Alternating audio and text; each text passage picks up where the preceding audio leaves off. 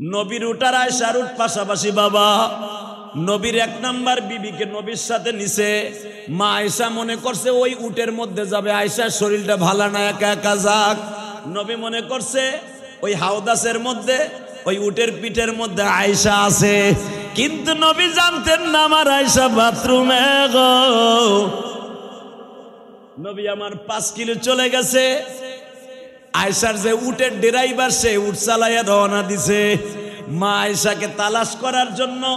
অর্থাৎ একজন সাহাবীর নিয়ম ছিল কাফেলা রওনা দেওয়ার পরে কেউ কিছু ফেলাই রাইখা গেল কিনা সে লাস্টে দেখতে যাইতো, এটা সুন্নাত। মারহাবা বলেন। তাবলীগীদের মধ্যে আছে সবাই যখন মসজিদে বের হয়ে যায় আমি সব খুঁজা খুঁজা দেখে কেউ কিছু ফেলাই দিয়ে গেল, এটা সুন্নাত। এক সাহাবীকে নবী রাখছে, তুমি দেখো কোথাও কেউ ফেলাই রাইখা গেল কিনা। 3500 কাফেলা সবাই চলিয়ে গেছে। ওই সাহাবী তালাশ করতে যায় দেখে মা আয়েশা তার হাউদাসের মধ্যে বাথরুমের আসনান গাছের ভিতরে চাদর মুড়ি দিয়ে শুয়ে রয়েছে। ওই সাহাবীরে দেখা মা আয়েশা চাদরটা গায়ে দিয়া বাবা ভয়ে কাঁপতাছে, আরে সবাই চলিয়ে গেছে, আমার অবস্থা এখন কি হবে। মা আয়েশা ভয়ে কাঁপতাছে গো। ওই সাহাবী মা আয়েশার দেখা চোখ দুইটা এইভাবে চাইপা ধরে লজ্জার একদিক ফিরে ডাক দিছে, ও যুদ্ধের ভাইরা তোমরা যাইও না, মা আয়েশা রয়ে গেছে, তোমরা দেখো নাই। মা আয়েশাকে আস্তে করে বললেন, মা আমি আমার উটের মধ্যে সাউদাস বানায় দিই, আপনি এটার মধ্যে বসেন। সাহাবী দূরে চলে গেলেন, তার উটকে বসায় দিলেন। মা আয়েশাকে এক নজরের জন্য ওই সাহাবী দেখে নাই গো বাবা, যেটাকে কোরআনে ইফকের ঘটনা বলা হয়েছে।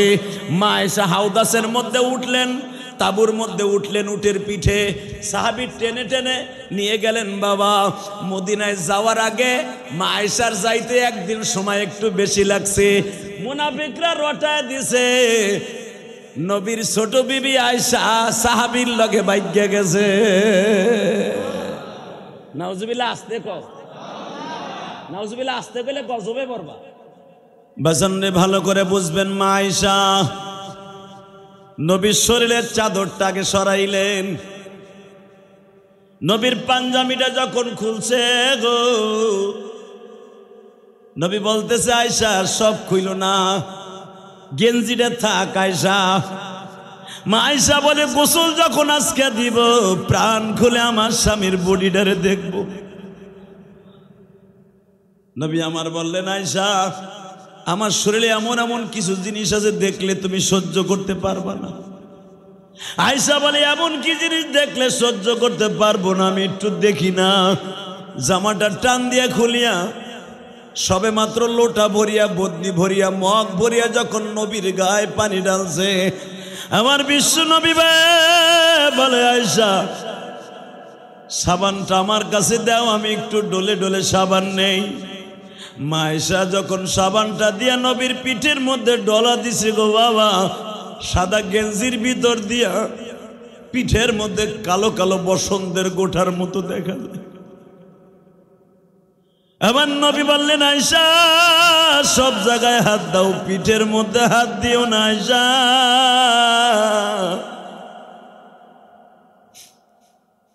মা আয়েশা পিঠের মধ্যে হাত দিয়েই বাবা একটা চিৎকার মারলেন। নবী আমি দেখতেছি আপনার পিঠের মধ্যে এই গোঠাগুলা কিসের গোটা। আমার নবী বলে, আয়েশা রে এই জন্যই তো বলছিলাম আমার বডির কিছু কিছু জিনিস আছে তুমি দেখে সহ্য করতে পারো। ও আয়েশা পিঠের মধ্যে যে কালো কালো দাগ গুলা দেখো আর গর্ত গুলা দেখো, এই গর্তগুলা তায়েফের ময়দানের ছেলেদের আঘাত। আয়েশা রে এখনো পর্যন্ত যদি আমি চিত হয়ে ঘুমাইতে যাই রে আয়েশা, আমি ঠিক মতো ঘুমাইতে পারি না। আয়েশা মাঝে মাঝে দেখো আমি একবার কাইত হইয়া ঘুমাই, একবার চিত হইয়া ঘুমাই, আর একবার আয়েশা ডাইন কাতে বাম কাতে করি। কেন জানো? তায়েফের মাঠে সেই পাথরের কণাগুলো এখনো আমার চামড়ার মধ্যে বিঁধে। আয়েশা তুমি জানো এই শরীরের মধ্যে তায়েফের ছেলেদের অনেক মায়ের আঘাত আছে। মা আয়েশা কান্দে আর বলে দুনিয়ার মানুষ রে, দুনিয়ার মানুষ,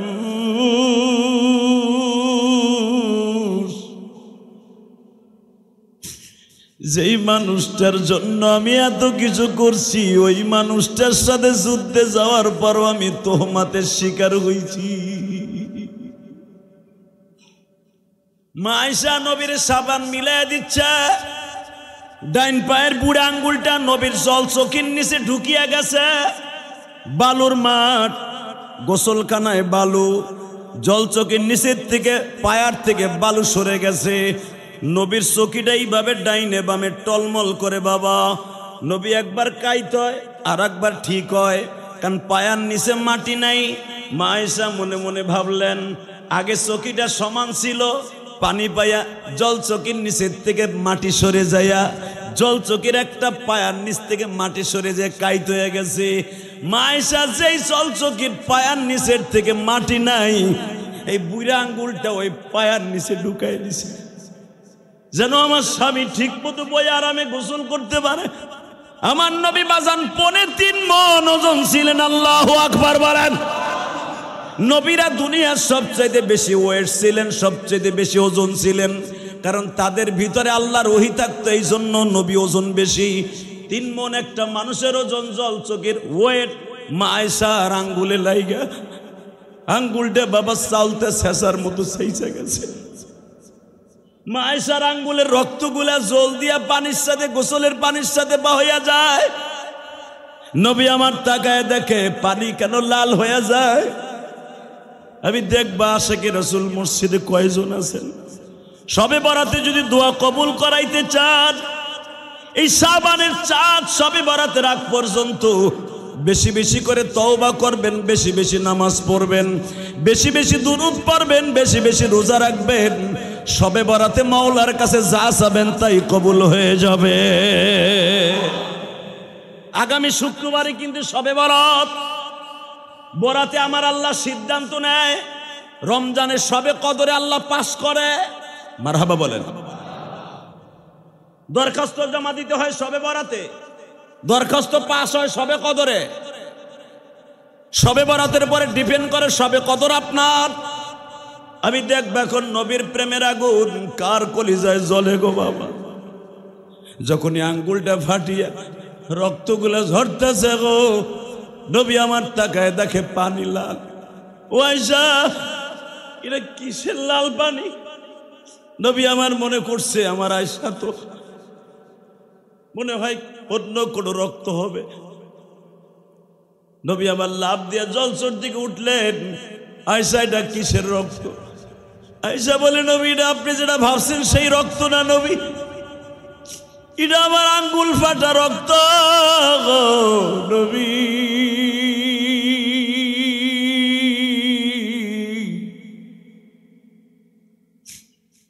নবী আমার বলে আয়েশা কোন আঙ্গুল? বাজান আয়েশার বয়স তখন মাত্র 14 বছর, 14.5 বছর। মা আয়েশা এত সুন্দরী ছিলেন, মা আয়েশার চেহারা এত সুন্দরী ছিলেন, নবী তাকে হুমায়রা বলে ডাকতেন। মা আয়েশা এত লাল সুন্দর ছিলেন। মা আয়েশা যদি চুরি পড়তেন বাবা, চুরের দাগ যদি মা আয়েশার এই হাতে লাগতো, 1 বছর পর্যন্ত ওই জায়গার দাগ মিটতো না। আয়েশারে যদি কেউ সিমটি কাটতেন, 1 মাস থাকতেন ওই সিমটির দাগ শুকাইতে। এত সুন্দরী ছিলেন মা আয়েশা। এই 14 বছরে মা আয়েশার আঙ্গুলটা ফেটে গেছে। নবী একটা থাবা দিয়া 22 মাসের মতো মাথাটা দুরছে। আয়েশা রে, এইভাবে আঙ্গুলটা ফাটাইলি রে আয়েশা, একবারও কি মায়া লাগলো না, ব্যথা লাগলো না? এতগুলা রক্ত জয়রা গেল আয়েশা। মা আয়েশা চিৎকার মেরে কান্দে আর বলে নবী গো, এটা তো সাধারণ রক্ত গো নবী। জীবনে যদি আয়েশা কোনোদিন সুযোগ পায় গো, আয়েশার কলিজার রক্ত আপনার পিরিজে করে দেখায় দিবে আমি আপনার কত ভালোবাসি। আল্লাহ পাকের কাছে লাখো কোটি শুকর যে মহান প্রতিপালক আপনাকে আমাকে শীতের মাস আস্তে আস্তে করে অতিবাহিত করে এবং একটি বছরকে হেলায় খেলায় কাটিয়ে মাহে রমজানের উকি ঝুঁকি মারছে। আর মাত্র 23 দিন পরেই মাহে রমজান আপনার আমার বাড়ির দরজার সামনে টোকা দিবে। সেই মহান সত্তার শুকরিয়া যে আল্লাহ আমাদের এই শাবান মাসে এখনো পর্যন্ত বাঁচিয়ে রেখেছেন। সকলে বলে আলহামদুলিল্লাহ। আজকে শাবান মাসের দ্বিতীয় জুমা, প্রথম জুমা চলে গেছে। আল্লাহ, আজকে শাবান মাসের 7 তারিখ, প্রথম জুমা চলে গেছে গত জুমায়।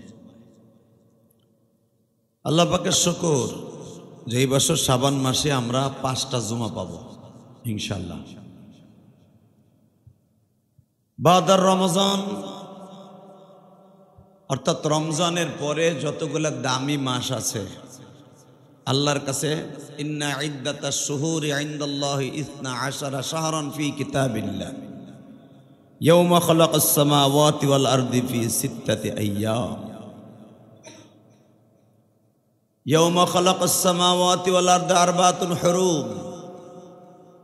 আল্লাহ 6 দিনে দুনিয়া বানিয়েছেন, বছর নির্ধারণ করেছেন 12 মাসে। আরবাতুন হুরুম 4টা মাসকে আল্লাহ খাস করেছেন, কোরআন শরীফের ভাষা। আরবাতুন হুরুম, আল্লাহ বলেন আমি 4 মাসকে তোমাদের মাঝে দামি করেছি। তার ভিতরে মুহররম, জিলকাত, জিলহজ, রমজান।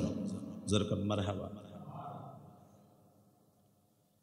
আল্লাহ যত মাস আল্লাহ দামি করেছেন তার ভিতরে শাবান মাস একটা উল্লেখযোগ্য মাস। যে রব্বে কারিম আপনাকে আমাকে 4 মাস দামির মধ্যে শাবান মাস একটা দামি মাস। মুহররম, জিলকাত, জিলহজ আর হইতেছে রজব।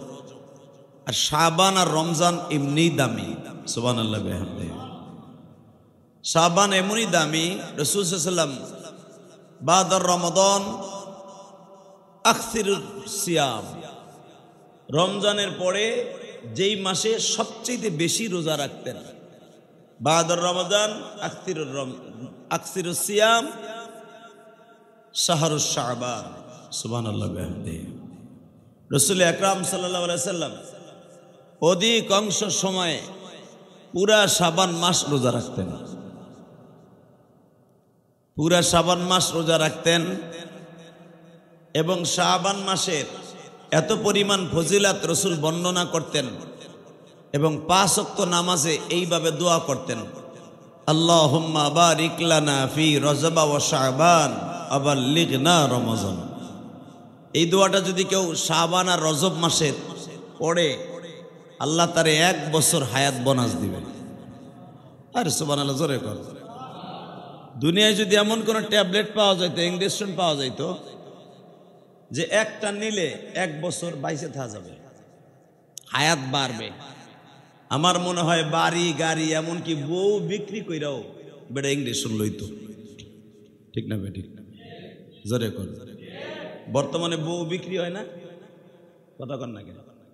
এই সোশ্যাল মিডিয়ায় যারা বউরে দিয়ে টিকটক করে, উলঙ্গ ল্যাংটা স্যাংটা হইয়া, এরা কি মনে করো বউরে বিক্রি করে নাই? কথা কর না কেন? যে হারামিগুলা বউরে দিয়ে টিকটক করায় সোশ্যাল মিডিয়ায়, মনে করবেন এরা বউরে দিয়ে ব্যবসা করাইতেছে। কথা কর না কেন? আর যারা উলঙ্গ করায় টিকটক করাইতে পারে সোশ্যাল মিডিয়ায়, এরা ওর বউরে আর এক বেটার কাছে ঘুম পড়াইতে পারে। কথা ঠিক না বে? ঠিক। তো মনে রাখতে হবে যদি কেউ এমন বড়ি পাইতো, এমন ইঞ্জেকশন পাইতো যেটা খাইলে 1 বছর হায়াত বাড়বে, আমার মনে হয় বউ বিক্রি করে, বাড়ি গাড়ি বিক্রি করে ও বেড়ায় প্রতি মাসে মাসে একটা ট্যাবলেট কিনতো অথবা ইঞ্জেকশন লইতো, ঠিক না? এমনও যদি পাওয়া যাইতো যে একটা বড়ি খাইলে 6 মাসের হায়াত বাড়বে, আমার মনে হয় বেড়া ইনকাম যা করতো 6 মাসের ইনকাম এক জায়গায় থুয়ে লইতো যে আগামী মাসে তোমার বড়ি খাইতে হইব, হায়াত বাড়ানোর বড়ি, ঠিক না বে ঠিক? তাহলে আপনি এখন প্রশ্ন করবেন, নবী বাঁচলো 63 বছর, তাই নবী 400 বছর হায়াত নিল না কে দোয়া পড়া পড়া? এটা কইবেন না? 100% কইবেন। নবী 63 বছর হায়াত লিয়ে আসলো, 63 বছর 3 মাস 10 দিনের মাথা মারা গেল কেন? নবী এই দোয়ার ট্যাবলেট বিক্রি করলো, নবী এই ট্যাবলেট বাতাই দিয়ে গেল, হে নিজে খাইলো না কে? নবী ঠিকই খাইছে। মনে রাখবেন, এই হায়াত মানে আপনি হায়াত যা মার পেটের থেকে নির্ধারণ করে নিয়ে আসছেন, দিন তারিখ ক্ষণ, আইনামা তাকুনু ইদরিকুমুল মাউত ওয়ালাউ কুনতুম ফি বুরুজিম মুশাইয়াদা। হায়াত যতটুকু আছে এতটুকুই থাকবে, কিন্তু 1 বছর এক্সট্রা বাঁচলে 24 ঘন্টা ইবাদত করলে যেই সওয়াব, এই সওয়াব আপনার অ্যাকাউন্টে জমা হবে। এর নাম হায়াত বাড়া। সুবহানাল্লাহ বিহামদি। আবার ভাইবেন না যে দোয়া পড়ে পড়ে হুজুরে হায়াত বাড়াইতেছে, হ্যাঁ হায়াত আনছিল 40 বছর, মনে হয় 100 বছর বাড়ায় লাগছে না। হায়াতে জিন্দিগি সবারই সমান, কিন্তু হায়াতে জিন্দিগির মধ্যে কতগুলো বরকতপূর্ণ হায়াত আছে। কথা বোঝেন নাই মনে আমার কথা? আপনি 100 বছর বাঁচলে, 100 বছর বাঁচলে যে ইবাদত করতেন জমিনে বইয়া, জান্নাতে যাওয়ার জন্য যতটুকু এবিলিটি দরকার, জান্নাতে যাওয়ার জন্য যতটুকু আমল দরকার, এতটুকু আমল আপনি 1 বছরে ফেলা হয়ে গেছে। সুবহানাল্লাহ। পরে যেয়ে কইেন, পরের জুমায় কইেন, আগামী জুমায় তো সবে বরাত। আলহামদুলিল্লাহ বলেন তো, একসাথে বলেন, আরো জোরে কর। তাহলে নবী বলছেন, নবীর কথাকে মিথ্যা? আরে আমি ইলিয়াস রহমান জিহাদির কথা মিথ্যা হইতে পারে? পৃথিবীর সর্বপ্রথম আল্লাহ যাকে বানিয়েছেন, যার কুদরাতি নূর বানিয়েছেন, যার শরীরের গঠন আল্লাহ প্রথম বানিয়েছেন, এবং তিনি নিজে বলেছেন ওয়া ইন্নাকা লাআলা খুলুকিন আযীম, আমি স্রষ্টার সৃষ্টিজীবের মধ্যে সবচেয়ে সুপারম্যান, সবচেয়ে সুন্দর ম্যান, সুন্দর আখলাকি ম্যান একজন মাত্র মানুষ। ওয়া ইন্নাকা লাআলা খুলুকিন আযীম, যে হলো আমার প্রিয় হাবিব নবী মুহাম্মদ, যার নাম শোনার সাথে সাথে প্রত্যেকটা মানুষের জন্য, সে ধনী হোক আর গরিব হোক, মুসলমান হইলে হইছে দুরূদ পড়া ওয়াজিব। মুহাম্মাদুর, এই দেখেন, আমি কিন্তু আপনাকে দুরূদ পড়তে বলি নাই, আপনার মুখ তেমনি বেরিয়ে গেছে, কারণ এটা আমার আল্লাহ ওয়াজিব করে দিয়েছে। নামাজ পড়া যেন ওয়াজিব, আমার নবীর নাম শোনার পরে আজানের ভিতরে যদি আজানের ভিতরে নবীর নাম শোনেন, ওই যে আজানের ভিতরে বলে না, আশহাদু আন্না মুহাম্মাদার রাসূলুল্লাহ,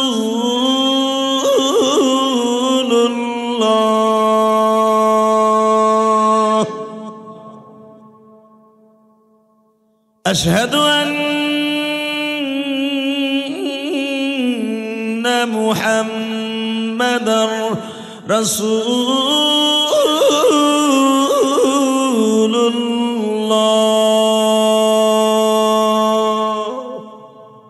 সুবহানাল্লাহ। আজানের ভিতরে যদি আপনি নবীর নাম শুনেন, দুরূদ পড়া ওয়াজিব। বলেন তো সাল্লাল্লাহু আলাইহি ওয়াসাল্লাম, সাল্লাল্লাহু, মারহাবা বলেন, তাকানে দিকে। আমার নবী বলেছে, এই দোয়াটা যদি কেউ পড়ে 1 বছর বাইসা থাকলে যেই সওয়াব তার অ্যাকাউন্টে জমা হবে, ওই পরিমাণ সওয়াব আল্লাহ এই 2 মাসে দান করবে। সুবহানাল্লাহ, জোরে কোন। তাহলে দোয়াটা মুখস্থ করে নেবেন। এত কিছু মুখস্থ করলেন, জমি জমার হিসাব মুখস্থ করলেন, দোকানের ব্যবসা বাণিজ্য মুখস্থ করলেন, দুনিয়ায় যত আজে বাজে সব মুখস্থ করলেন, হায়াত বাড়বে এই ট্যাবলেটের প্রেসক্রিপশনটা কি মুখস্থ করা যায় না? তো ছোট্ট একটা দোয়া মুখস্থ করেন তো, আল্লাহুম্মা বারিক লানা ফি রজব ওয়া শাবান ওয়া বাল্লিগনা রমজান। হযরত আলী রাদিয়াল্লাহু তাআলা বলেন, আমি যেদিন থেকে নবীর মুখে এই কথাটা শুনছি, বাল্লিগু আন্নি ওয়ালাউ আয়া, আমি এই হায়াত বাড়াবার ট্যাবলেটটাকে এমন ভাবে মানুষের বাড়িতে বাড়িতে পৌঁছায় দিছি আমি কাগজে লেখা দরজায় দরজায় ফেলাই দিয়েছি। আরো জোরে কইতে পারেন না মিয়া? এই সুবহানাল্লাহ কোন জায়গা বলতে আপনি বুঝেন না মিয়া? ভালো করে বুঝেন। আমি বলবো সুবহানাল্লাহ বলেন, আপনি তারপরে বলবেন অর্ধেক সওয়াব হইব। আর যদি নিজের থেকে বুঝেন যে হেনে সুবহানাল্লাহ কইতে হইব, যদি বুঝেন, যদি আপনি বলেন পুরা সওয়াব আপনার অ্যাকাউন্টে জমা হয়ে যাবে। এই যে বুঝছেন, এখন তো লাভ বুঝে লাইছেন, এখন ঠিক মতো কইেন, ঠিক আছে?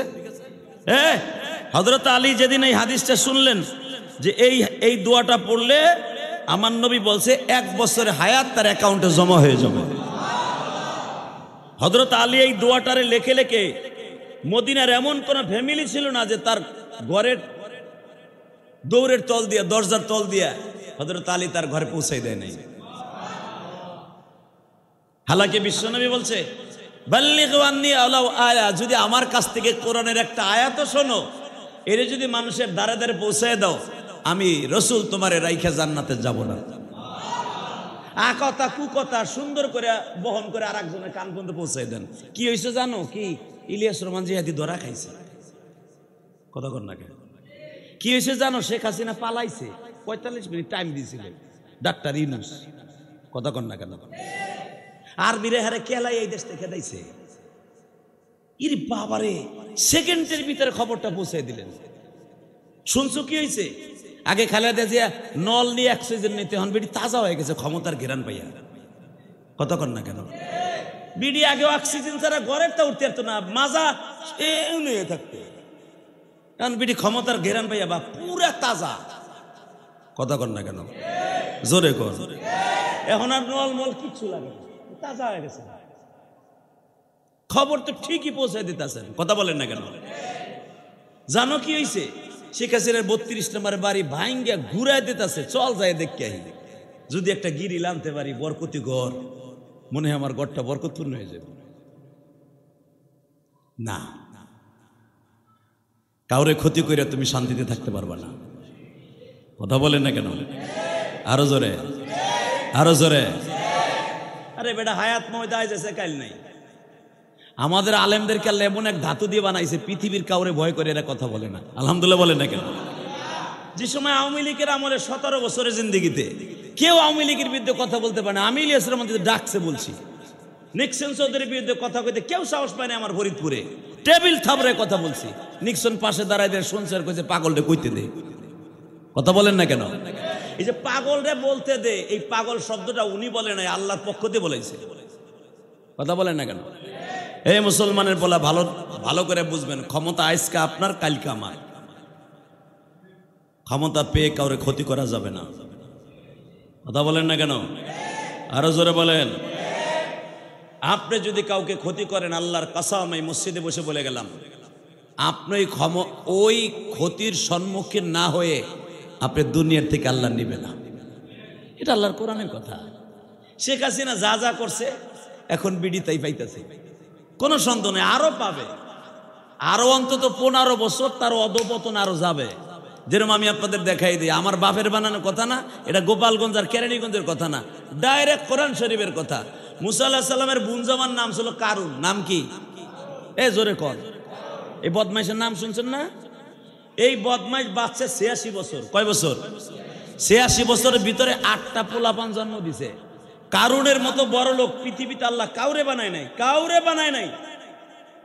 কারুনের মতো বড় লোক এই পৃথিবীতে আল্লাহ কাউকে বানায় নাই। কারুনের সম্পদের চাবি, গোডাউনের চাবি বহন করতে 70টা উট লাগতো। একটা উটে ওই জামানায় 60 মণ করে মাল বহন করতে পারত। কয় মণ? জোরে কোন? কয় মণ? 60 মণ যদি একটা উটে মাল বহন করতে পারে, এই 70টা উট লাগতো আর বাইতুল মালের চাবি বহন করতে। বুঝেন এই বদমাইশ কত সম্পদের মালিক ছিল। মুসা আলাইহিস সালাম বললেন, তুমি স্বর্ণের পাহাড় পাইয়া গেছো, দুনিয়ার সব কিছু পাইছো, তোমার একটা কথা কই, যেই সম্পদ আল্লাহ তোমারে দিছে, এখান থেকে শতকরা 1 টাকা আল্লাহরে দাও। কয় টাকা? وأقيموا الصلاة وإيتاء الزكاة والحج وصوم رمضان। তোমার বড় হজ ফরজ, তোমার বড় যাকাত ফরজ, তোমার পরে নামাজও ফরজ, আমি বলবো তুমি শতকরা 1 টাকা যাকাত দাও। কারণ কি বলে জানেন? কারণ ডাইরেক্ট বলে দিল, এই সম্পদ তোরা আল্লাহ আমারে দেয় নাই। হ্যাঁ, নাউজুবিল্লাহ বাইতে যে কইও খাওয়া দাওয়ার পরে গজব কে এমনি এমনি আইব, ভালো করে বুঝেন। কারণ যখন কারণকে মুসা আলাইহিস সালাম বললেন, বুনজামাই শোন, তুই তো আমার ছোট বুনজামাই, তোর ছোট বোনটারে ব্ল্যাকমেল করে বিয়ে করে লইছ ক্ষমতার দাপটে। একটা কথা কই, তুই আমার বুনজামাই যখন, যদিও তুই নাস্তিক, আমি আল্লাহর হুকুমে বলছি, আল্লাহর ইশারায় আল্লাহ আমাকে বলছে তোরে শতকরা 1 টাকা যাকাত দিতে। পট করে কারণ বলে ফেলছে, এই সম্পদ তোমার আল্লাহ দেয় নাই, এই সম্পদ আমার নিজের যোগ্যতায় অর্জন করছি। আর তোমার বোনরে বিয়ে করার পরে যে আমি বড়লোক হয়েছি তা না, আমি বড়লোক তোমার হওয়ার পরে তোমার বোনরে বিয়ে করছি। মুসা আলাইহিস সালাম সে তো আর অভদ্র না, ও তো বেয়াদব। মুসা আলাইহিস সালাম কি বেয়াদব? কথা কন না কেন? নবীরা বেয়াদব? শান্ত সুস্থ ভাষায় বলে দিলেন, দেখ রে, ইন্না বাতশা রাব্বিকা লাশাদীদ ইন্নাহু হুয়া ইউবদিউ ওয়া ইউঈদ ওয়া হুয়াল গফুরুল ওয়াদুদ যুল আরশিল মাজিদ। যিনি আরশে আযমের মালিক, ও কিন্তু দেখতাছে, তোরা কিন্তু ধরবো। ওয়া হুয়াল গফুরুল ওয়াদুদ যুল আরশিল মাজিদ ফাআলুল লিমা ইউরিদ। তোরে কিন্তু ধরবে কয়েকদিন পরেই। এই বয় আমারে দেখাইস, দেখাবি যে ওই যে পালপাড়ার নবচন্দ্র আছে ওরে যে দেখাবি, আমারে না। তোর ভাই হারুন আলাইহিস সালামরে দেখাবি, আমারে না। আমারে ধরবে তার মানে কি হে ধরবো? আমার যে সম্পদ আছে, আমি গিলাস দিয়ে প্রাচীর দিয়ে থাকবো, তোর গজব আমার আকৃষ্ট করতে পারবে না। আল্লাহর পয়গম্বর মুসা বললেন, সূরা তহার মধ্যে আসছে, কারণ রে আমার মালিক কিন্তু কোরআনে বলছে, আমার মালিক আমার তাওরাত কিতাবে বলছে, বাল হুয়া কুরআনুম মাজিদ ফি লাউহিম মাহফুজ। সর্বশ্রেষ্ঠ একখানা কিতাব আসবে, সেটা হলো আল কোরআন। সেটার নাম কি? জোরে কান। এই আল কোরআনে থাকবে, সর্বশেষ কোরআনে থাকবে, আমার তাওরাত কিতাবে আছে। কারণ রে আমার মালিক ধরে, কিন্তু একটু দেরিতে ধরে, ঠিক না? তুই আমার বোন জামাই, আমি আল্লাহর কাছে ঠেকাই আনছি গজব, তুই তাড়াতাড়ি করে এখনো তওবা করে পারলে যাকাতটা ঠিক মতো দিয়া দে। কারণ শুনলো না, বরঞ্চ কি করলো জানেন? তার বিরুদ্ধে একটা ষড়যন্ত্র আটলো। কি ষড়যন্ত্র? একটা মহিলা বাউ করলো টাকা দিয়ে, আপনারা জানেন কোরআন শরীফের আয়াত। মহিলার বাউ করে বলল, মহিলার সাথে এই কারণ অবৈধ কাজ করলো, তার পেটে বাচ্চা আসলো। বাচ্চা আসার পরে এইটা মুসা আলাইহিস সালামের পরে চাপাই দিল। নাউজুবিল্লাহ বলেন না? নতুন কৌশল দেখবেন, একটা মানুষকে পথভ্রষ্ট করার জন্য, একটা মানুষকে অতি তাড়াতাড়ি বোল্ড আউট করার জন্য এই রাস্তা ছাড়া আর কোনো রাস্তা নেই। কথা কন না গায়ে? একটা মানুষের ক্যারেক্টারকে, জীবনের তারে ধূলিসাৎ করে দেওয়ার জন্য একটা নারীর তোহমাতি যথেষ্ট। এটা শুধু যে আপনার আমার জামানা তা না, নবী কারণ নবী মুসার বিরুদ্ধে নতুন একটা রাস্তা আটকাই দিল। সেটা কি? মহিলাটারে গর্ভবতী করাইয়া দিবা লোকে। কারণ কারণ তো ক্ষমতাশালী, মিশরের ভিতরে সবচেয়ে ক্ষমতাশালী। ও যা কবে তাই, দিনকে দিন বলে দিন, রাতকে রাত বলে রাত। মহিলাটারে সাজাইয়া হাজার হাজার মানুষের সামনে কারণ চেয়ারে বসে ডিক্লার দিয়া দিল, তোমরা যে নবী নবী মারাও, তোমরা যে কও মুসা আল্লাহর সাথে কথা কয়, তোমরা যে বলো মুসা খুব ভালো মানুষ, মুসা আল্লাহর লগে কথা কইতে যায়, মুসা হান করে তান করে, মুসার ভিতরে 2 নাম্বারই নাই। 2 নাম্বার কারে কয় তাই দেখে। এই মহিলার কাছে জিজ্ঞেস কর, মহিলার লগে করছে কি? মহিলারে জিজ্ঞেস করছে ওই দেশের চেয়ারম্যান, মেম্বার, এমপি, মন্ত্রী, এই কাম কে করছে? কয় মুসা করছে। এই জোরে কও, আরো জোরে। আমি ইলিয়াস রহমান জিহাদির ক্যারেক্টারে ভেজাল থাকতে পারে, আমার চরিত্র 100-100 এর ভিতরে 95% নষ্ট, কিন্তু নবীদের চরিত্র নষ্ট এই কথাটা যাররা পরিমাণ যদি কেউ বিশ্বাস করে, সে সাথে সাথে কাফের হয়ে যাবে। কি মনে করলেন আপনি নবীদেরকে? নবীরা হলো মাসুম। সব মহিলা ডেকে ডেকে কয়, দেখো এই কাম মুসা আমারে করছে, এই কাম মুসা আমারে করছে। মাত্র 1 ঘন্টার ভিতরে পুরা মিশর, মধ্যপ্রাচ্য, Azerbaijan, Ethiopia, Yugoslavia, Iraq, Iran, Tehran, Mecca, Medina, Jerusalem, পৃথিবীর এমন কোন দেশ নাই মুসা আলাইহিস সালামের নাউজুবিল্লাহ আগে বলেন মুসা কাম করে এই মহিলার সাথে গর্ভবতী করাইছে, এই কথাটা সরায় গেছে 1 ঘন্টার ভিতর। কথা কিন্তু দেখবেন বাতাসের চাইতে বেশি দ্রুত যায়। কথা কন না কেন? জোরে কর। আরো নবী করছে, আস্তাগফিরুল্লাহ আস্তাগফিরুল্লাহ। মুসা আলাইহিস সালামের উম্মতগুলো ঘরের তো বাইরে পারে না, যখনই বাইরে গলা চিপে ধরে হুমদুমের হুমদুই মোহাম্মদ মুসার কাছে কালেমা পড়ছর, মুসার এত দামি মনে করিস, তোর মুসাই কাম করছে কি দেখ। এই মহিলারে এই 8 মাসের বাচ্চা বাজায় ফেলাইছে। মুসা আলাইহিস সালামের উম্মত গুলো কি বলে এখন আপনি কানবেন। যদি আপনি মুসা আলাইহিস সালামের উম্মতের কথা শুনে আপনার চোখে পানি আসে, আপনি মুসা নবীর উম্মতের সাথে জান্নাতে যাবেন।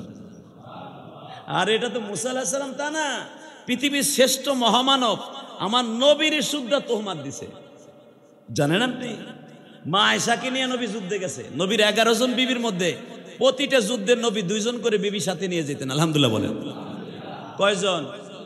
জোরে কর, আরো জোরে। আমাকে জামানায় যে 2টা বিবি একসাথে নেন, ওই বাসের সিঁড়ি বই এই 2 জন চুলটানের ঘুষাই একজন ভাড়া লাগবে। কথা কর না কেন? কবে মাগি তোরে বেশি ভালোবাসে, ও কবে না তুই বড় তোরে বেশি ভালোবাসে। 2টা বাসের সিঁড়ি বই এই ঘুষাঘুষি করবে। কথা কর না কেন? মুসলমানের বলা ভালো করে বুঝেন। বিমানে লয়ে যাবেন 2টারে হজে, 2 বউ যদি থাকে ওই বিমানের ভিতরে 2 জন আহত আর নিহত হয়ে যাবে। ঠিক না বেঠিক?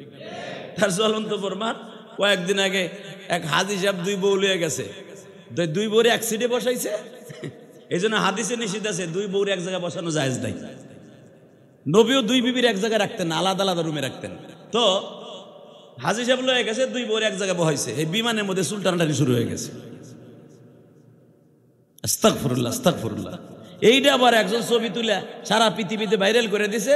হজে 200 দিনের লড়াই শুরু হয়েছে। নাউজুবিল্লাহ বলেন না? মুসলমানের পোলা ভালো করে বুঝেন তো, আল্লাহ রসুল 2 জন করে বিবি সাথে নিয়ে যেতেন প্রত্যেকটা যুদ্ধে। ইন দি মিন টাইমে মা আয়েশার হাউদাস, মা আয়েশা একটু বাথরুমে গেছে, যেটা সূরা নূরের মধ্যে আসছে, ডাইরেক্ট সূরা নূর। মা আয়েশার পবিত্রতা ঘোষণা করতে যেয়ে আমার আল্লাহ কোরআনের 13টা আয়াত নাযিল করছে। তারপরে মদিনার বদমাশগুলা বিশ্বাস করে নাই মা আয়েশারে, ডাইরেক্ট কোরআন শরীফের আয়াত। তো মা আয়েশা বাথরুমে গেছে, ইন দি মিন টাইমে নবী বলছেন সবাই রেডি হও, চলো মদিনায় চলে যাই। কিন্তু মা আয়েশা বাথরুমে বয়ে রয়েছে, নবীর খেয়াল নাই। এর দ্বারা বোঝা যায় আমার নবী গায়েব জানতেন না। নবী যদি জানতেন আমার বউ বাথরুমে, নবী প্রাণ প্রিয়তমা বিবিরে থুইয়া নবী রওনা দিত? প্রশ্ন ওঠে না। আপনি যদি জানেন আপনার বউরে ডাক্তারের কাছে লয়ে গেছেন, আপনার বউ বাথরুমে ঢুকছেন, আপনি মোটরসাইকেলে বাসে উঠে আইডিয়া করছেন, মনে করছেন আমার বউ আছে মনে হয় বাসের কোনো জায়গায়, এটা 1 নম্বর বোকামি। ঠিক না বেঠিক? পৃথিবীর কোনো স্বামী এটা করবে না। কিন্তু আমার নবীর আল্লাহ এটা ভুলাই দিয়ে বুঝাই দিলেন, নবী আপনারা যে মুনাফিকরা কয় আপনি গায়েব জানেন, এই গায়েব যে জানেন না, এটার জন্য আমি আল্লাহ এটা ঘটাইছি। সুবহানাল্লাহ বিহামদি। বাজানরে আমার নবী চলে গেছে প্রায় 5 কিলোমিটার। উটের হাউদাসের মধ্যে, উদের হাউদাস বলা হয়। আপনারা যারা হজে গেছেন তারা দেখছেন এখনো পর্যন্ত উটের পিঠের উপরে দোসালা ঘরের মধ্যে সুপ্রি বানানো হয়। এটার মধ্যে মহিলাদের জন্য পালকির মতো উটের মাঝখানে এরকম বসানো হইতো। নবীর উটার আয়েশার উট পাশাপাশি। বাবা নবীর 1 নাম্বার বিবিকে নবীর সাথে নিছে। মা আয়েশা মনে করছে ওই উটের মধ্যে যাবে, আয়েশার শরীরটা ভালো না, একা একা যাক। নবী মনে করছে ওই হাউদাসের মধ্যে, ওই উটের পিঠের মধ্যে আয়েশা আছে। কিন্তু নবী জানতেন না আমার আয়েশা বাথরুমে গো। নবী আমার 5 কিলো চলে গেছে। আয়েশার যে উটের ড্রাইভার, সে উট চালাইয়া রওনা দিছে মা আয়েশাকে তালাশ করার জন্য। অর্থাৎ একজন সাহাবীর নিয়ম ছিল, কাফেলা রওনা দেওয়ার পরে কেউ কিছু ফেলাই রাইখা গেল কিনা সে লাস্টে দেখতে যাইতো। এটা সুন্নাত। মারহাবা বলেন। তাবলীগীদের মধ্যে আছে, সবাই যখন মসজিদে বের হয়ে যায়, আমির সাহেব খুঁজা খুঁজা দেখে কেউ কিছু ফেলাই থুয়ে গেল, এটা সুন্নাত। এক সাহাবীকে নবী রাখছে, তুমি দেখো কোথাও কেউ ফেলাই রাইখা গেল কিনা। 3500 কাফেলা সবাই চলিয়ে গেছে। ওই সাহাবী তালাশ করতে যায় দেখে মা আয়েশা তার হাউদাসের মধ্যে বাথরুমের আসনান গাছের ভিতরে চাদর মুড়ি দিয়ে শুয়ে রয়েছে। ওই সাহাবীরে দেখা মা আয়েশা চাদরটা গায়ে দিয়া বাবা ভয়ে কাঁপতাছে, আরে সবাই চলিয়ে গেছে, আমার অবস্থা এখন কি হবে? মা আয়েশা ভয়ে কাঁপতাছে গো। ওই সাহাবী মা আয়েশার দেখা চোখ দুইটা এইভাবে চাইপা ধরে লজ্জার একদিক ফিরে ডাক দিছে, ও যুদ্ধের ভাইরা তোমরা যাইও না, মা আয়েশা রয়ে গেছে, তোমরা দেখো নাই। মা আয়েশাকে আস্তে করে বললেন, মা আমি আমার উটের মধ্যে সাউদাস বানায় দিই, আপনি এটার মধ্যে বসেন। সাহাবী দূরে চলে গেলেন, তার উটকে বসায় দিলেন। মা আয়েশাকে এক নজরের জন্য ওই সাহাবী দেখে নাই গো বাবা, যেটাকে কোরআনে ইফকের ঘটনা বলা হয়েছে। মা আয়েশা হাউদাসের মধ্যে উঠলেন, তাবুর মধ্যে উঠলেন উটের পিঠে, সাহাবী টেনে টেনে নিয়ে গেলেন। বাবা মদিনায় যাওয়ার আগে মা আয়েশার যাইতে একদিন সময় একটু বেশি লাগছে, মুনাফিকরা রটায় দিছে নবীর ছোট বিবি আয়েশা সাহাবীর লগে বাইজ্ঞা গেছে। নাউজুবিল্লাহ, আস্তে কও, নাউজুবিল্লাহ আস্তে কইলে গজবে পড়বা। কি মনে করলা তুমি? নবীর প্রাণ প্রিয়তমা বিবি যেই আয়েশা আমার নবীর সাথে জান্নাতে প্রথম থাকবে। আরো জোরে কর, আয়েশা কি তোমার আমার মতো বোর মতো বউরে মিয়া? মা আয়েশার সামনে আমার আল্লাহ কোরআনের 11টা আয়াত নাযিল করছে, যে আয়েশার জীবনী আপনি খুলে দেখেন। বুখারীতে মা আয়েশা একদিন নবীরে বলছিলেন, নবী গো আমি স্ত্রী হিসাবে কি আপনার একটু গোসল করাই দেওয়ার অধিকার আমার নাই? নবী বলেন, আয়েশা আমার এই বডিটা অন্য মানুষকে দেখানো না জায়েজ। আয়েশা আমার বডির মধ্যে অন্য মানুষের মতো বডি না, আমার বডির মধ্যে কিছু কিছু গোপনীয় জিনিস আছে যেগুলো পৃথিবীর মানুষকে দেখানো নিষেধ। সুবহানাল্লাহ বলেন। মা আয়েশা বলেন, এমন কি জিনিস আছে সবচাইতে একটা স্ত্রীর জন্য সবচাইতে দামি জিনিসটা সেইটাই তো স্ত্রীর জন্য ভোগ করা যায়। বোঝেন নাই? বালেক পুরুষ বোঝেন নাই? সেইটাই তো আমি আয়েশা আপনারে ভালোবাসি, আপনি আমারে দেন, আমি আপনারে মোহাব্বত করি, তো এর চাইতে দামি জিনিস আর কি আছে? আয়েশা এই জন্যই তো বলছি আমার বডির মধ্যে কিছু কিছু জিনিস আছে যেগুলো পৃথিবীর শ্রেষ্ঠ জিনিস। এক নম্বর হইতেছে আমার দুই ঘরের মাঝখানে একটা মোহরে নবুয়ত আছে, এটা দুনিয়ার কাউকে দেখানো যাবে না, এটা দেখানো নিষেধ। এটাই পৃথিবীর শ্রেষ্ঠ দামি জিনিস আমার বডিতে। পৃথিবীর কোনো মানুষকে আল্লাহ দামি জিনিস দেয় নাই, আমারই দিছে একমাত্র। আয়েশা বলেন, ইয়া রাসূলুল্লাহ আমি আপনারে বিরক্ত করতে চাই না, তবে আমি আজকে বায়না ধরছি, কি আপনি কখন মারা যান, আমি কখন মারা যাই, আমার বড় আয়েশা, আমার বড় আশা আমি আপনারে গোসল করাই স্যার নাই। আমার নবী বলেন, আয়েশা তুমি একা করাইবা কা, তাহলে আরো বিবিরিতে ডাক দাও। নবীর 9 জন বিবিরে ডাক দিছে, কেউ পানি আনছে, কেউ সাবান আনছে, কেউ ডলনি আনছে, কেউ চকি আনছে, জল চকি, কেউ আবার লুঙ্গি আনছে, কেউ পায়জামা আনছে, কেউ গেঞ্জি ধরে দাঁড়ায় রয়েছে। আমার নবীর আজকে গোসল করাইব, আবার নবীরে গোসল করাইব। আরে মেয়া দুনিয়ার একটা ভণ্ড পীর রে যদি গোসল করাইয়া তার গোসলের পানি অন্য মহিলারা খাইতে পারে, নাউজুবিল্লাহ বলেন না? এ আছে না পীর রে গোসল করে পানি খায়, ওই হালাই যদি পুইটা দেয় পানির মধ্যে পড়ে, মুতো তো খাওয়া হইল। কথা কর না কেন? মাজার শরীফ গোসল করে পানি খায়। এই যে সুরুজ শরীফ আছে আমাকে শরীয়তপুর সুরেশ্বর দাও না, গোসল শরীফ মাজার দই দুইয়া যেই পানি খায় এটা জিভ বেদিয়ে চাড়ে। হ্যাঁ নাউজুবিল্লাহ, ঘুমের খেতার নিচে যে কইও মিয়া।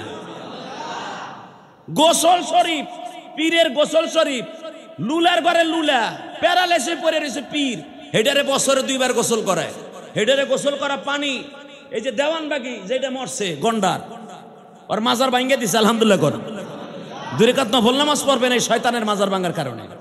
অনেকে আবার নাক ফুলাও মাজার, এ বেটা বিশ্বনবী বলছে তোমরা মূর্তি আর মাজার উঁচা কবরগুলোকে ভেঙে মাটির সাথে মিশাইয়া দাও।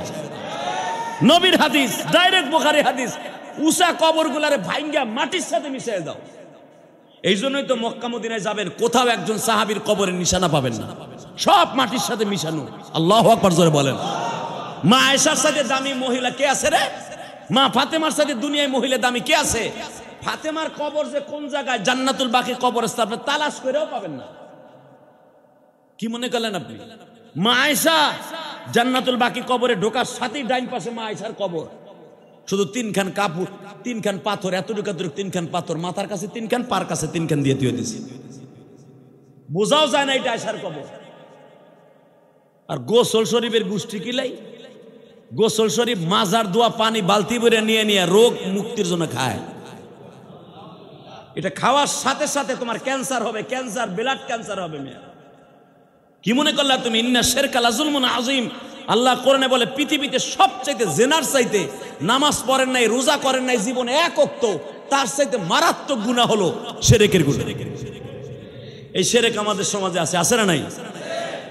এই যে আগামী শুক্রবার শবে বরাত, ওই ব্যক্তির কোন দোয়া আসমানে যাবে না যে শিরক করছে জীবনে, যে পীররে সেজদা দিছে, পীররে আল্লাহ বলে মানছে, পীরের কাছে চাইছে, পীররে গোসল দেয়া জিনিস সে খাইছে, পীররে মাইনা নিয়ে মনে করছে, এই সব বলার সাথে সাথে আপনি কাফের হয়ে গেছে। বিশ্বনবীর বিবিরা একজনে পানি আনছে, একজন সাবান আনছে, একজন ডলনি আনছে, একজনের লুঙ্গি ধরে খাড়াই দিছে, একজন লিদে নবীর আজকে গোসল দিবে। এতদিন পারে নাই, নবীর বডি দেখতে পারে নাই। মা আয়েশাকে নবী বললেন, তোমরা সবাই আনছো? হ্যাঁ, শুধু একজন থাকবা আজকে, একজন আমারে গোসল দিবা। তোমরা সিদ্ধান্ত নাও কে আমার আজকে গোসল দিবা। 9 জনের মধ্যে 8 জনই বলল, নবী আজকে আয়েশা আপনারে গোসল দিক। আয়েশা আপনার বেশি ভালোবাসে। আমাদের তো 2টা 3টা করে একজনের বিয়ে হয়েছে, আমরা তো স্বামীর অনেক গোসল দিছি।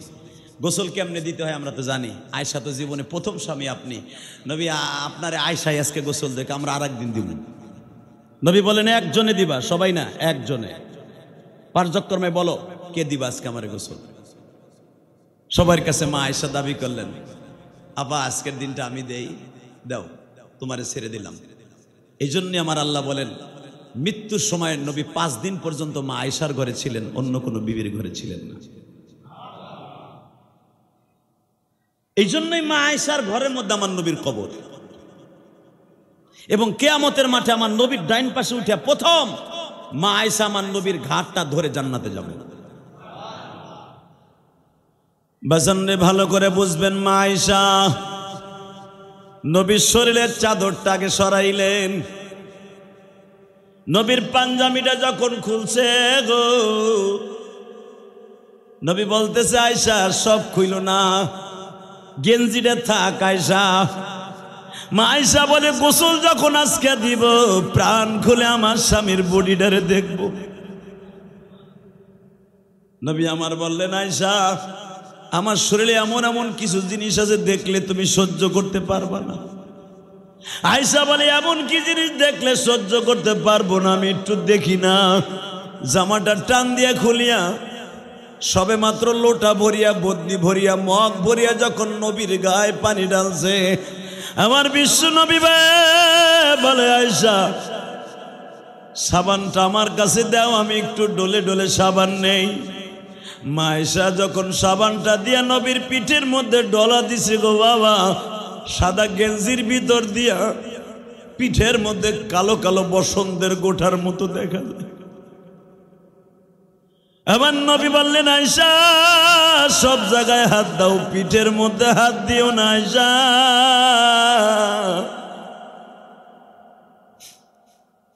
মা আয়েশা পিঠের মধ্যে হাত দিয়েই বাবা একটা চিৎকার মারলেন, নবী আমি দেখতেছি আপনার পিঠের মধ্যে এই গোঠাগুলা কিসের গোটা। আমার নবী বলে আয়েশা রে এই জন্যই তো বলছিলাম আমার বডির কিছু কিছু জিনিস আছে তুমি দেখে সহ্য করতে পারো। ও আয়েশা পিঠের মধ্যে যে কালো কালো দাগ গুলা দেখো আর গর্ত গুলা দেখো, এই গর্তগুলা তায়েফের ময়দানের ছেলেদের আঘাত।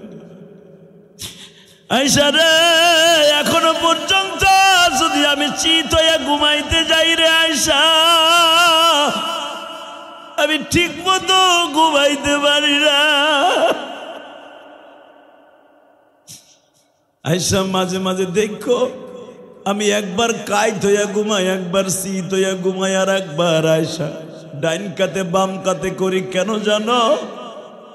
তায়েফের মাঠে সেই পাথরের কণাগুলো এখনো আমার চামড়ার মধ্যে বিঁধে। আয়েশা তুমি জানো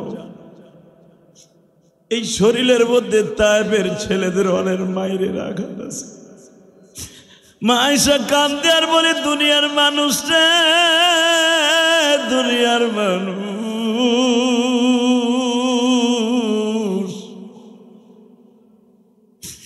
যেই মানুষটার জন্য আমি এত কিছু করছি ওই মানুষটার সাথে যুদ্ধে যাওয়ার পরও আমি তোহমাতের শিকার হয়েছি। মা আয়েশা নবীর সাবান মিলাই দিচ্ছে, ডাইন পায়ের বুড়া আঙ্গুলটা নবীর জল চোখের নিচে ঢুকিয়ে গেছে।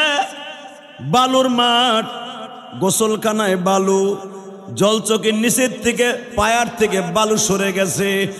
নবীর চকিটা এইভাবে ডাইনে বামে টলমল করে। বাবা নবী একবার কাইত হয় আর একবার ঠিক হয়, কারণ পায়ার নিচে মাটি নাই। মা আয়েশা মনে মনে ভাবলেন আগে চকিটা সমান ছিল, পানি পায়া জল চকির নিচের থেকে মাটি সরে যায়া জল চকির একটা পায়ার নিচ থেকে মাটি সরে যায় কাইত হয়ে গেছে। মা আয়েশা যেই জল চকির পায়ার নিচের থেকে মাটি নাই, এই বুড়া আঙ্গুলটা ওই পায়ার নিচে ঢুকাই দিছে, যেন আমার স্বামী ঠিক মতো বই আরামে গোসল করতে পারে।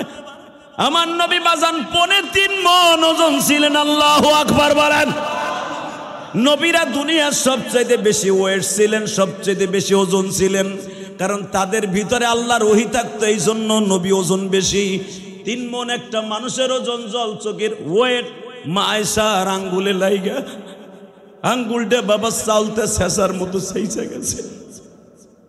মা আয়েশার আঙ্গুলের রক্তগুলা জল দিয়া পানির সাথে, গোসলের পানির সাথে বহিয়া যায়।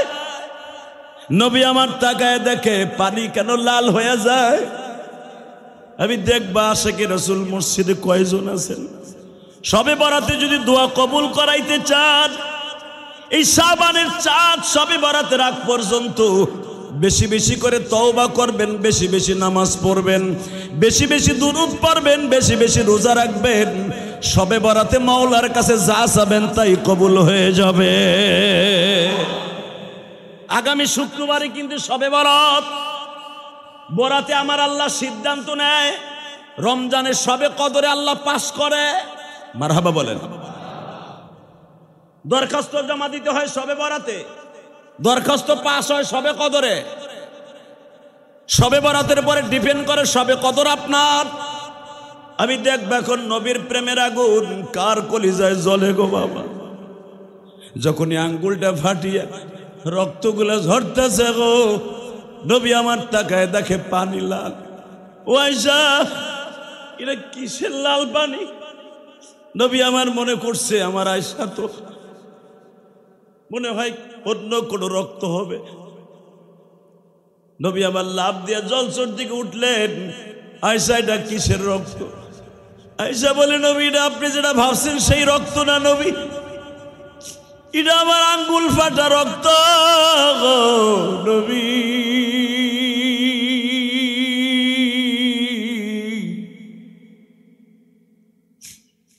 নবী আমার বলে আয়েশা কোন আঙ্গুল? বাজান আয়েশার বয়স তখন মাত্র 14 বছর, 14.5 বছর। মা আয়েশা এত সুন্দরী ছিলেন, মা আয়েশার চেহারা এত সুন্দরী ছিলেন, নবী তাকে হুমায়রা বলে ডাকতেন। মা আয়েশা এত লাল সুন্দর ছিলেন। মা আয়েশা যদি চুরি পড়তেন বাবা, চুরের দাগ যদি মা আয়েশার এই হাতে লাগতো, 1 বছর পর্যন্ত ওই জায়গার দাগ মিটতো না। আয়েশারে যদি কেউ সিমটি কাটতেন, 1 মাস থাকতেন ওই সিমটির দাগ শুকাইতে। এত সুন্দরী ছিলেন মা আয়েশা। এই 14 বছরে মা আয়েশার আঙ্গুলটা ফেটে গেছে।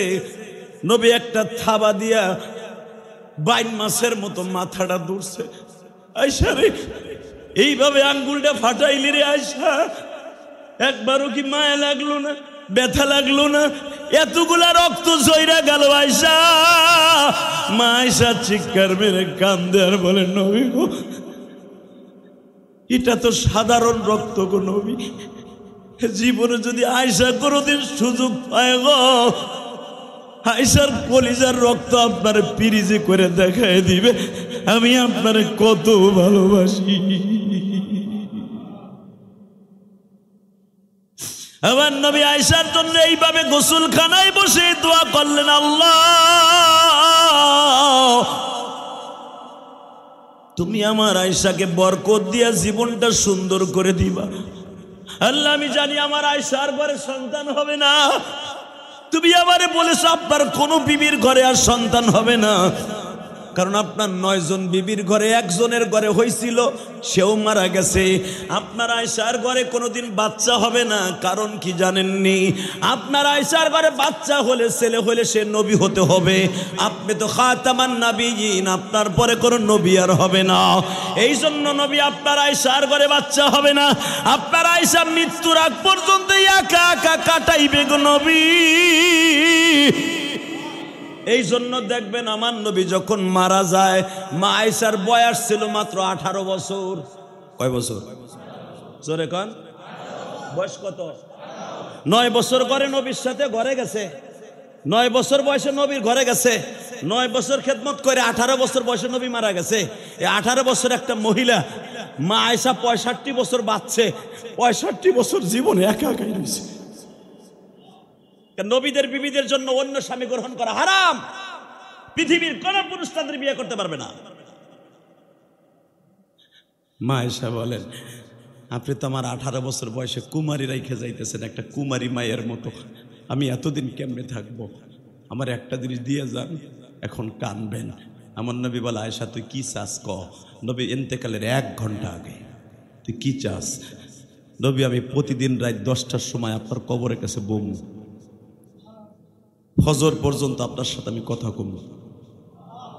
আল্লাহু আকবার জোরে বলতে বলেন, আরো জোরে, আরো জোরে, আরো জোরে, আরো জোরে। কারণ আপনার কবর আমার রুমের মধ্যে হবে। আমি আয়েশা 10টার সময় আপনার কবরের পাশে বসবো, ফজর পর্যন্ত আপনার সাথে কথা কমু। এবার নবী বলে, আয়েশা যারে, আয়েশা যা,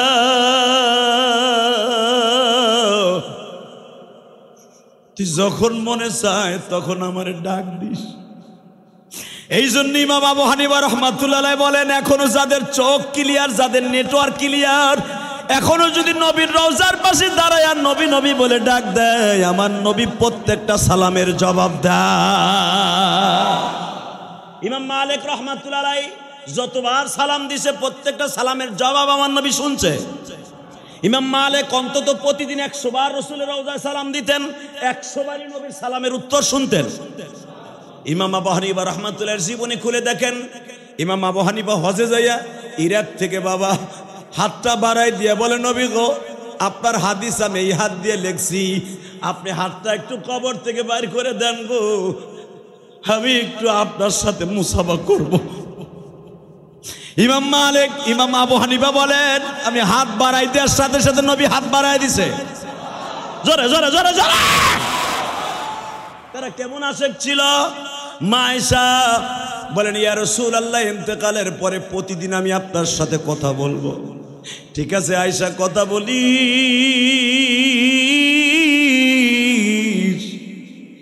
কিন্তু এই কথাটা বেশি বেশি আমার উম্মতরে জানায় দিও। শাবান মাসের 15 তারিখ রাত্রে আমি নবী কোনদিন ঘরে থাকি নাই। আয়েশা এই কথাটাও আমার উম্মতরে জানায় দিও।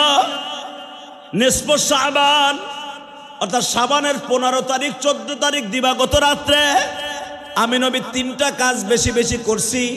1 নম্বরে ইবাদত, 2 নম্বরে তেলাওয়াত, 3 নম্বরে জিয়ারত।